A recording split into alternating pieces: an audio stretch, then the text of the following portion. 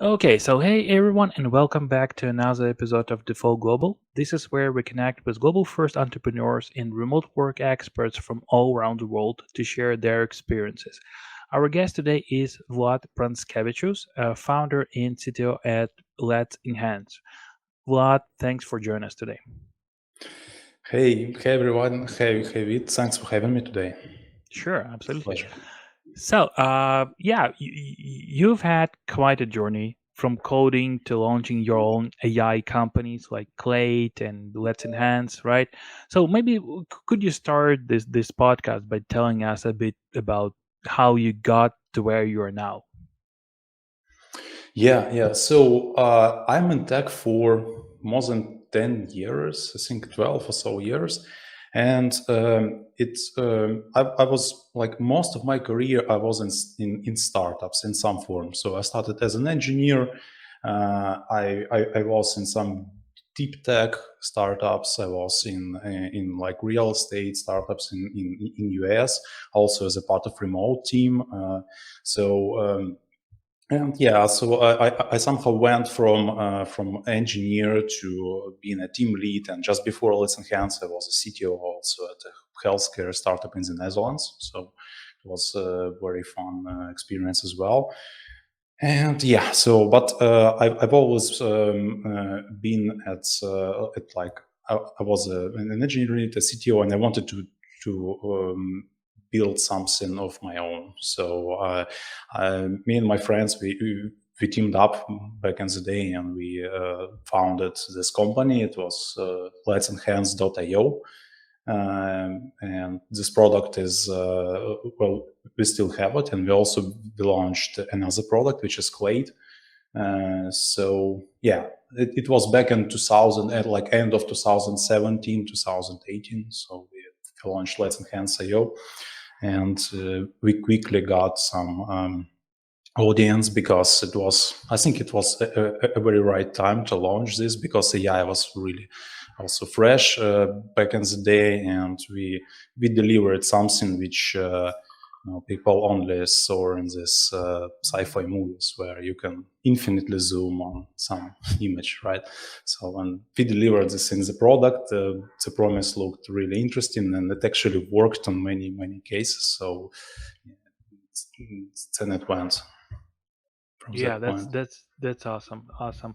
And so you have managed to make a splash on the global scene while starting up in Ukraine, right? So currently Yeah. also in Ukraine, but that's really impressive. Maybe can you talk about that? Can you talk about some of the obstacles you had to overcome along the way? To come because you're a founder based in Ukraine, right? So and you're currently like. Building really global first product. And I believe there are a bunch of founders from Ukraine, from other countries where maybe this venture capital is not so, kind of popular, I would say. I don't know.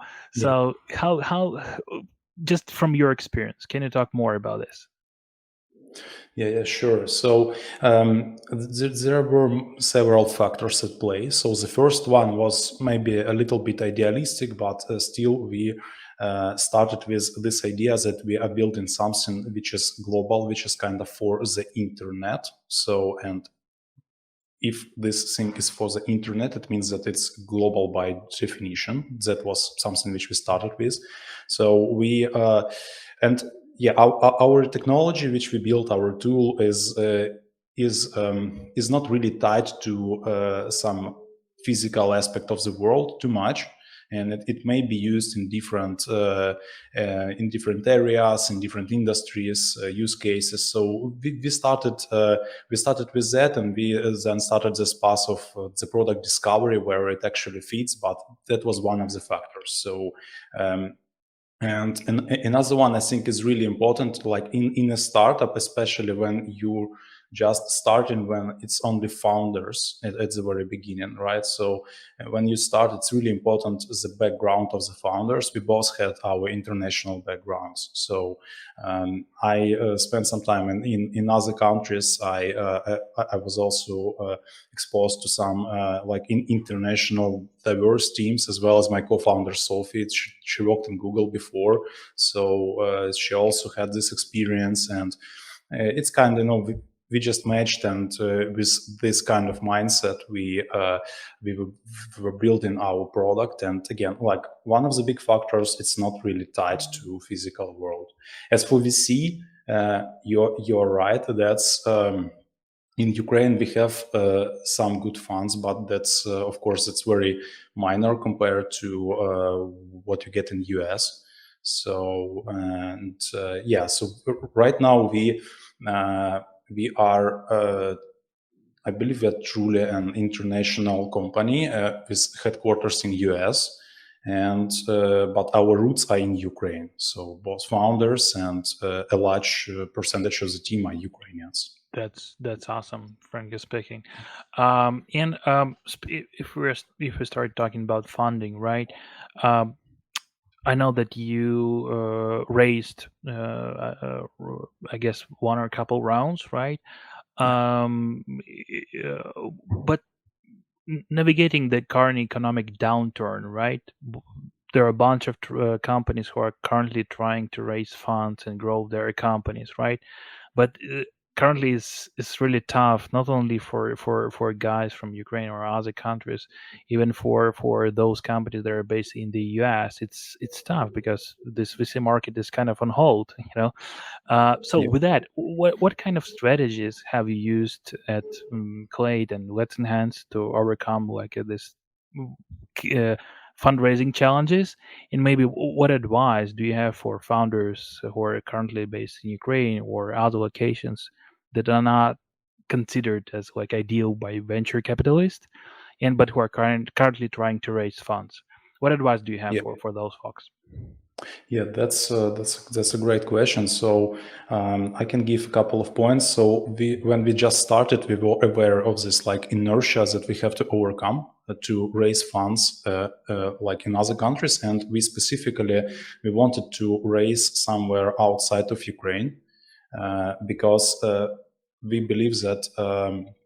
Like it's important to raise from VCs where your market is, and our market is pretty well distributed, but around 50% of our market is in US. Our main B2B customers are US based. So that was our goal for the seed round. But initially we started with one of the very good Ukrainian VC funds. We still maintain a very good relationships with them.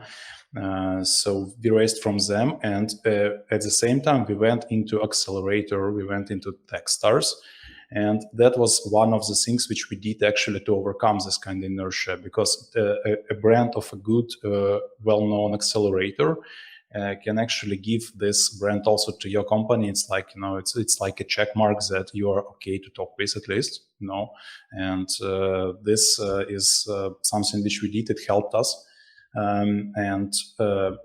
While also being first-time founders, we learned a lot about fundraising while in Techstars.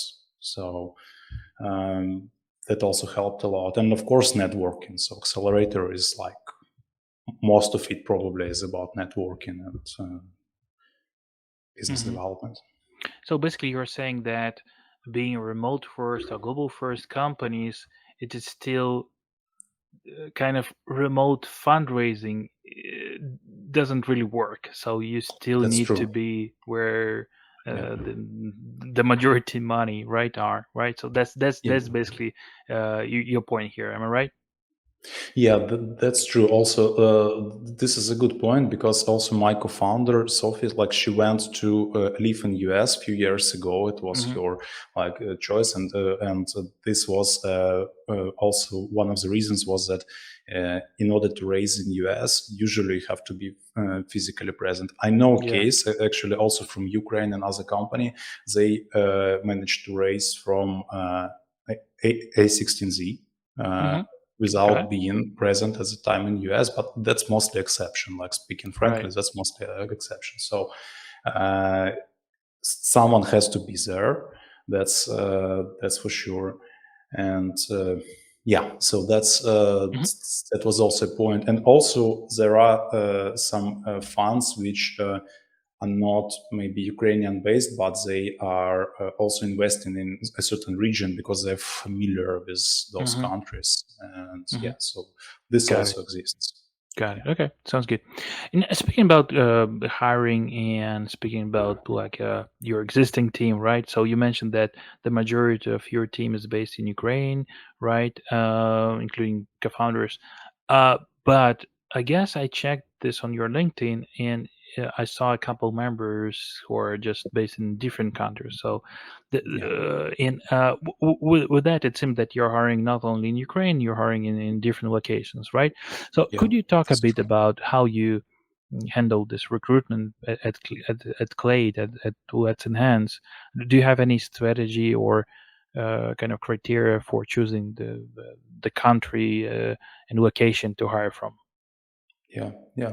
So I think it all started in COVID times. So when people were forced to be remote, and we kind of gave in to that. So okay. So now we are remote. We have to rebuild our process and everything. But we started being remote back at that time, and then we went on to being like remote, also distributed team, because back at the time it was still mostly based in Ukraine. Right now, I consider us a truly international team because just around like 40% of the team are Ukrainians. Some of them live in Ukraine, some of them live in other countries. And others are people like from very, very different countries, very different cultures. So we have Portugal, we have Netherlands, we have even Singapore, like many countries.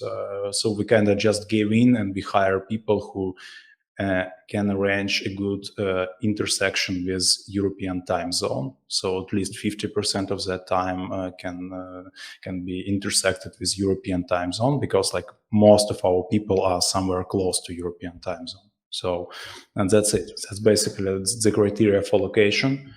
And as for choosing people, our main principle is it's value based, right? So we have our values, how we work, and some of them we codified, but it's more like it's not like we have some principles defined, like transparency, like Right. communication, and like several principles, but it's mostly about checking the cultural fit of a person. If so, first we talk and we decide like if this person is ours or not, like something like that. And it's one of my, I also like when hiring, of course many people from the team participate in that, and we ask people. I always want people to be like gatekeepers of our cultural values. So one of my main questions which I asked, if I'm not participating in the interview, like, are you comfortable working with this person? Do you and do you enjoy this process? Do you have a good communication? Do you have like do they share our values? And if this is in check, then we can proceed. We check the hard skills and everything. So that's like one of the main things. And we really like this diverse cultural environment. That was one of our also dreams we had with Sophie, to build this kind of thing, which we experienced ourselves in other places. So we wanted to build this also in our company. So people come from different backgrounds, they bring a different culture, different everything, but they all center around our values which we have in the company. So that's how we do it, and generally, yeah. So Yeah. that's our approach to hiring. That's great. And frankly speaking, that it really resonates with me, because that's the way I also hire for my company, right? And that's something that I really recommend to my clients, right? Just Yeah. culture fit is one of the main aspects, and you have to pay attention to this, a lot. So, in speaking about hiring, probably the last question, being an AI based company, right? AI focused company. Have you used AI technologies in the hiring process itself? Yeah, wow, very interesting question. Yeah, actually, no, we have not used just Okay. yet anything AI based in hiring process. Maybe if if there is something which can be helpful to our recruitment, maybe we would use it, but still we want to rely on like human aspect of it. We are not a huge team just yet. We are just around 50 people. So we want to keep this human aspect of the hiring process. So I would not like outsource CV screening to AI or Right. something, but it may be helpful in some Okay. aspects. Yeah. Sounds good. Okay, cool. So let's talk a bit about managing and growing your company, right? So your products are being used by, I guess, millions around the world. Basically, that's what I found out while I was researching your company. And there are including some major companies from different industries. So what challenges have you faced while scaling up to serve such a diverse user base, and how did you tackle them? Yeah. Again, like I said previously, like our product, like the essence of our product, that it did not have this like local aspect to it. So many companies, they really do struggle because they start in some market and then they are like, okay, so we are local to a certain market. How do we expand to other markets? How do we make it global? So we did not have much of that challenge because the technology, again, it can be used in many areas, in many companies, but of course, again, like it's during our product journey, we found out some markets where it's more useful to people, and so one of the main markets for us is US, and also we have other countries. We have also LATAM countries, several quite popular there. So it's like it's we just built everything on like very I would say widespread things. Like for example, we connected a good payment system, right, just to start with, so that we support many different geographies. Our CFO has a bit of a headache because of so many countries we have, but yeah, it's the nature of this kind of globalized thing. But generally, we did not have much of the challenge which some companies really faced when going from local to global. I would say like that. So That's great. But in terms of managing the team, you mentioned that you have yeah, teammates in different countries, including even Singapore, right? So how yeah. do you keep everyone on the same page and motivated despite of this distance? Could you tell a few words about that? Yeah, it's a process which we built at some point, but it's not like fixed in stone. It's always evolving because we get new challenges and the team grows and we get new challenges. But generally, one of the main principles is asynchronous communication. So we do almost everything which we can in Slack, and we favor group discussions versus direct discussions between people. We always schedule our calls. If call has more people than two, like it's not one-to-one, it's you have to share the agenda if you are organizing it. So there should be agenda defined, there should be points defined, and there should be some form of documentation, at least some meeting notes when we go outside of the meeting for further review. So these kind of things in place, they really help us, and we have our also like central knowledge database in Notion. Many things live there, and frankly, we lack documentation for many things, but we are trying to be like more documented as we grow. And yeah, so generally that's the process. And for the task management, for work management, we rely heavily on Jira, which is like many companies choose it. And yeah, so like it's something which we do. So we try to document all the discussions, all the decisions made. If we have an engineering challenge, we try to, if it's non-obvious challenge, we try to do some brainstorm with people, and we do a design document, we discuss stuff, and then we go step by step to planning to implementation. So, but it all stays somewhere in our systems for review later. That's awesome. That's awesome. Frankly speaking, we're doing at Google a bit the same, because we also have like teams in 10 different countries, and it's really hard to to manage everything like just using calls, meetings, and simply it's impossible. Frankly speaking, so yeah, we're following the same guide. We're trying to build documents for each process that we have. But that's funny. The biggest issue is not to build that document, not to create that document, but just to update that document and follow it, right? So those two issues that we saw, that we noticed recently. And there is a interesting tip that I heard from one of my guests. I believe it was like a guys from GitLab. They said, okay, so you should kind of dedicate half of a day when just everyone just goes to their Notion or whatever they have this knowledge base, and just spend like 3-4 hours updating those documents that they have. So do you have any kind of similar approach on your end? Do you dedicate some time to update those documents, or you do this in I don't know, in a different way?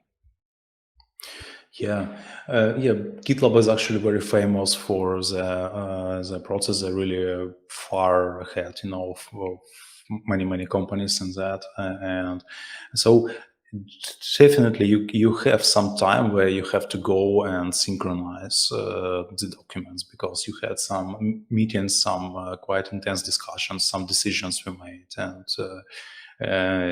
you need to update your documents. You need to really make it important for yourself and teammates, so that people really understand that it's important to keep it in sync with the reality. So there's definitely a process. I don't think that I really have like a dedicated chunk of time, but I do find myself, having some time, during the day where, okay, I go and I go through this document, and I may answer some comments in Notion, modify something.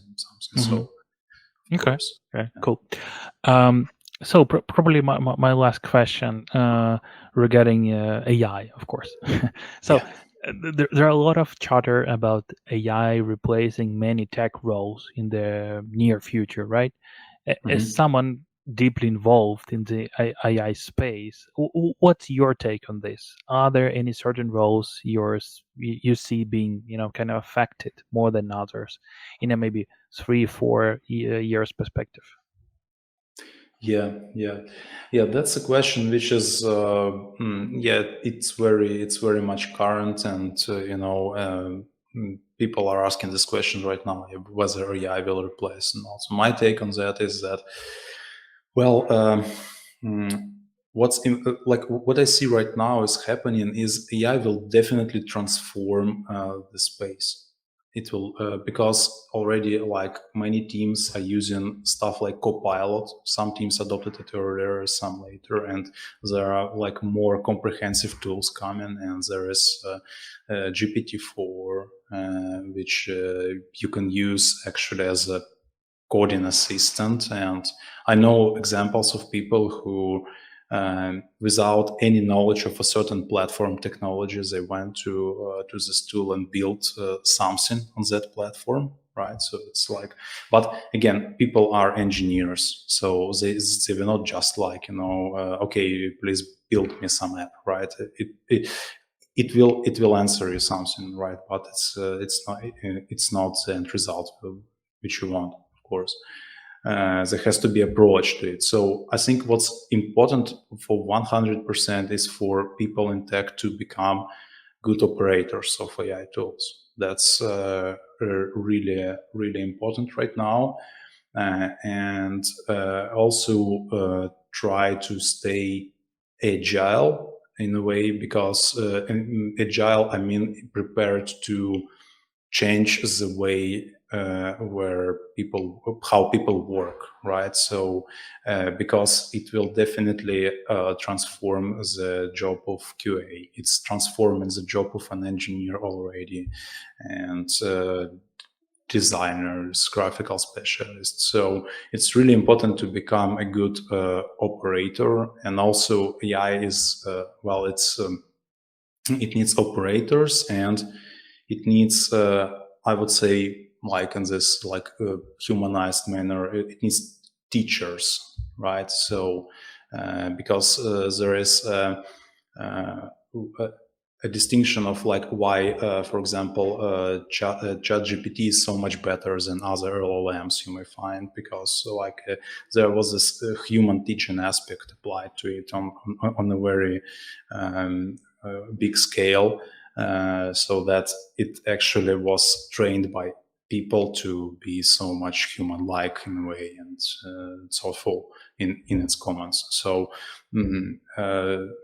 so we just AI is here to stay. It won't go away, and we need to right now adapt and learn how to use it, how to live with it. And so otherwise I don't really like some future guessing like what it will be, because but I mean many it's like if you start getting the future, it's like the sci-fi book, right? Many of them were written, and many of them turned out to be true on some stage of our development. So that's true. That's true. Yeah. Okay, so I guess we're good. So thanks a lot, Vlad, for sharing your insights on the way how you hire in your company, on fundraising, on future of AI. So thanks a lot. We wish you and your companies all the best, and thanks for joining us today. Yeah, thank you so much. It was really nice to talk to you. Same Really here. enjoyed it. See you.